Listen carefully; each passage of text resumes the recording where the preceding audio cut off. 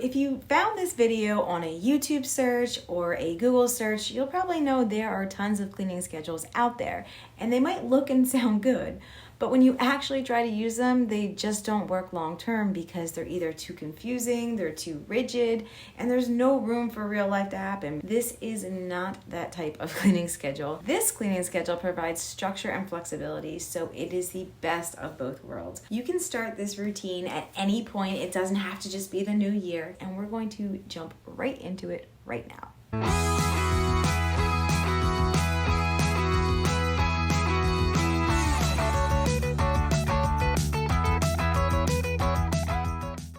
The cleaning schedule as a whole is broken down into 3 main categories: core tasks, basic tasks, and advanced tasks. This is where the ABC in the ABC cleaning schedule comes from. The A meaning advanced, the B being basic, and the C standing for core. Basic and advanced tasks work in zones. You'll be mainly focusing on working in one of the 4 zones: main areas, bedrooms, bathrooms, and utility areas. From there, each category is broken down into 2 easy parts, according to their frequency, from as often as daily tasks to as infrequent as annual tasks. So for example, core tasks are broken down into 2 parts: daily tasks and weekly tasks. Next, basic tasks are broken down into 2 parts as well: monthly tasks and quarterly tasks. And finally, advanced tasks are broken into 2 parts: biannual tasks and annual tasks. Before you panic and say, "Oh my gosh, Emily, that is just like so much, I can't keep track of all that crap."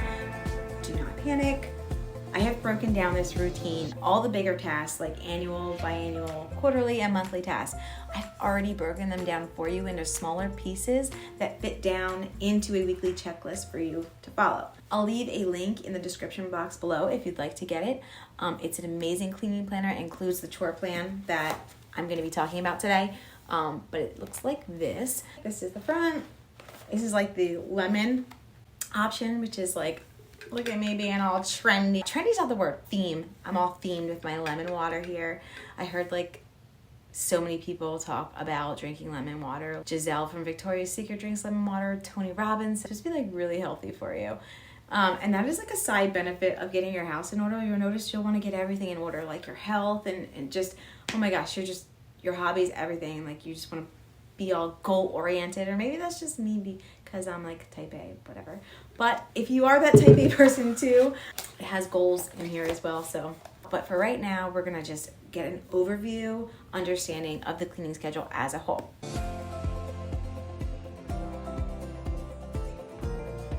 So the daily chores, which you can see right here, this is the no stress, no mess part. It's just everyday things that you can do that are quick, that will just make your house feel so much better. So it's making the bed, tidying up, washing the dishes, and boom, you're done.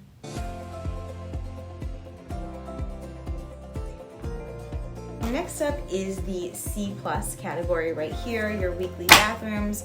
Once a week, you're just going to quickly go through all of your bathrooms. I don't want you to panic. You might be thinking like, oh my God, how am I gonna clean all my bathrooms in one day? Because there's a couple of ways that you can make it easier for yourself. For one, you can assign each person in your house a bathroom. If you have a lot of bathrooms, you can assign like your child their bathroom, their own bathroom, or your partner their own bathroom to take care of. Or you can assign each person a task in the bathroom. So like if somebody wants to do all the toilets, you're already in that frame of mind of doing the toilets. You've already got the right chemicals out, the right gloves or whatever, and it's so easy to just go through all of the bathrooms and do all the toilets. So you can do it either way. But regardless, if you do this every week, it never really gets that bad. It's when you try to wait like longer, it takes longer. If you have perfectionist tendencies like I do, you can get wrapped up and you can spend like a full day just cleaning bathrooms, and nobody wants to do that. Nobody has time for that. So if you are a working mom, you need to make this fast, and that's how you would make this fast, is by delegating it to other family members and just picking up the pace. Do all of your toilets all at once, and you're not deep cleaning. Do not deep clean unless you actually have time to deep clean. You're just keeping it going. You're attacking the worst first. That's how you get all your bathrooms done. And if you really want to, you can just focus on one bathroom. If you do have a larger house and you have four bathrooms, you can just focus on one main bathroom every week. If you have younger children or you don't have a partner, you can focus on that one bathroom each week, so you would essentially be doing it every month. But you can quickly run around to the other bathrooms to just spot clean. Okay, if you really are against like doing a full clean on all your bathrooms, you can just attack the worst of that bathroom.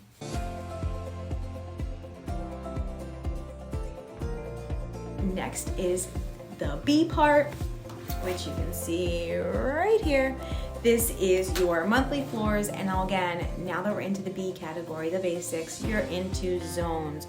So you're just going to be focusing on one zone every week. It basically rotates every 4 weeks. So the first week, you're just going to be doing the floors in the main areas. So this is your living room, if you have an office, your dining room, and your kitchen. So that's it. That's for this category. All you have to do is the floors. And again, you can delegate one person to do all of the floors, or you can delegate one person to just, like, okay, let's say you get home from work and you're like, okay, we're going to be doing the vacuuming, right after work, so it just gets done with the kids or your partner or whatever, and everybody can just take turns. I understand you don't probably have 4 vacuums, but one person can just go and do the living room, and the next person can go and do the office.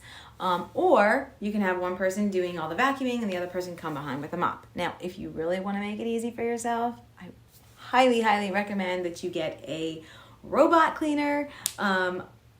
They're so nice. There are so many options out there for robotic vacuums and robotic mops, and it's so nice to like put it on a schedule. So I do have mine set on a weekly schedule to run for me, but then I go through and use this as like the deeper cleaning, because robotic mops and vacuums are great, but sometimes they have trouble like getting the stuff around the edges. And, I'm sorry, I'm still a Dyson girl at heart. These things have like massive suction power. So I still do my regular vacuum, but it's just nice if you have like pets or if you have young kids and they make a lot of messes. I highly recommend it. Christmas is around the corner. And if you're watching this after the fact, maybe birthday, anniversary, I am like such a practical gift giver. Like for Christmas last year, I asked for the narwhal. I literally asked for a robotic mop vacuum for Christmas, and it's like, I love it. Like, I know some people would be like, oh my gosh, they would get mad about that, like if their husbands got them like a vacuum or whatever. Anyway, presents that make my life easier, I like those.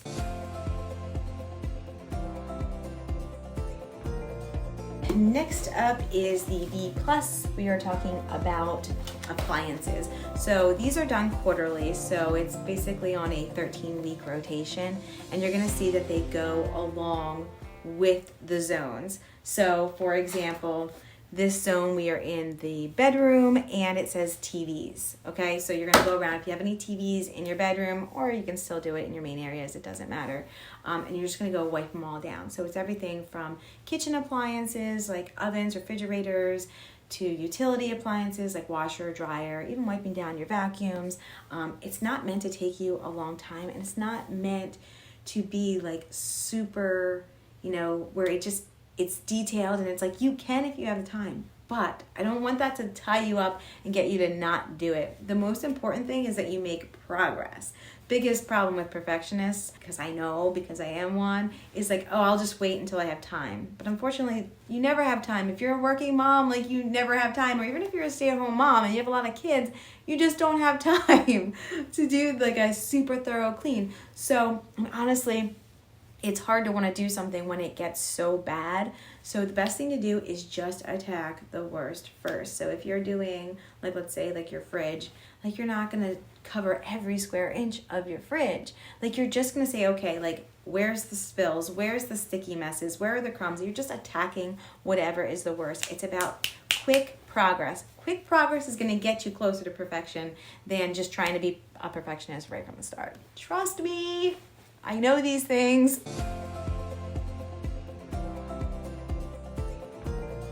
Now we are on to the blue A category. This is your biannual deeper cleaning, but again, don't get too tied up into deep cleaning. I don't want you to take too much time on it. You just want to go around and do the worst parts. So basically there are 6 biannual tasks that you're going to do one each month.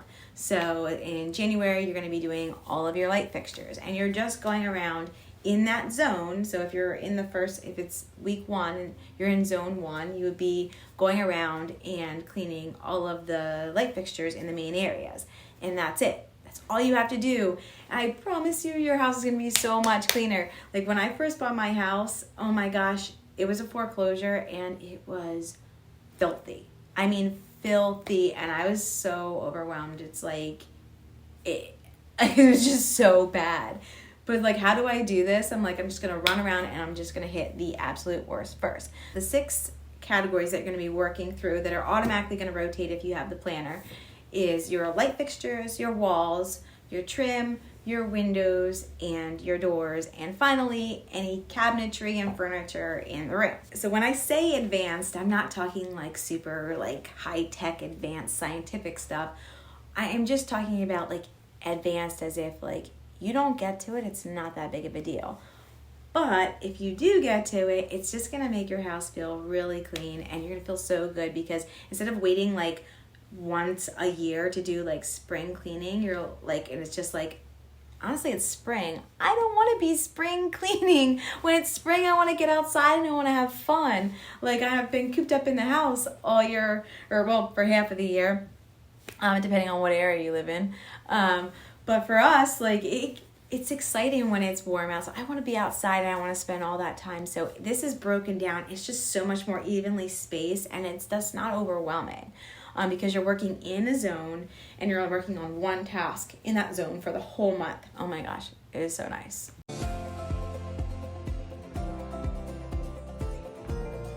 And finally, the grand finale, the once a year tackling decluttering in each space. So this is clothing, kitchenware, electronics. You just donate what you don't want and need and make space for what you do. This is right here on the planner. It is the purple A+. This is like my favorite thing to do because it just like instantly makes space. Now, if you are dealing with any type of like hoarding or anything like that, you might want to just focus on getting rid of your trash first, and then kind of like start culling things together, depending on where you're at. And if you are super already pared down, you're already minimalistic, maybe just focus more on like the organization part of it, but don't start with organization. There's no point in organizing things like permanently. Like you can do like temporary organizing and culling things together so that you can go through it, but don't focus on like permanent organization until you've pared down on what you actually want, because you might find you don't need as much space as you think that you do once you get rid of the things that you don't actually want. That is a big mistake I see people make when they do decluttering. They think they just want to get in there and like organize it right away, because that's kind of the fun part, is like that final like, woo, it's all pretty and it's all Pinterest worthy or whatever. But honestly, if you skip the decluttering step, you are wasting time and you are storing things that you don't actually want, which happens a lot. I used to make that mistake all the time. I used to just have like so much stuff. There's basically 12 categories that rotate each month. So for the first month of January, it's clothing.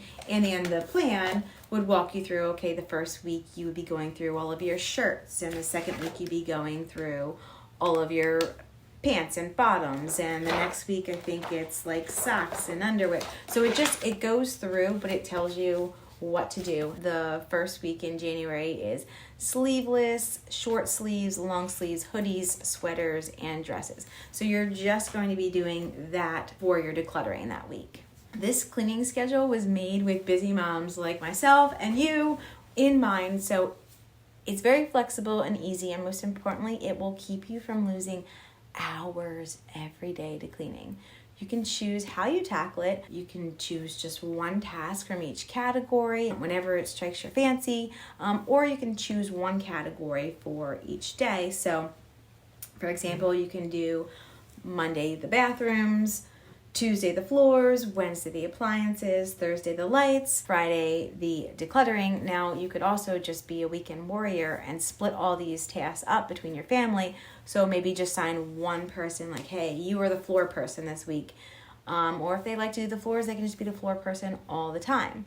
If nobody likes to do anything, you're just going to have to rotate. And the more you do it, the more comfortable they will get with it. But either way, it's all about consistency.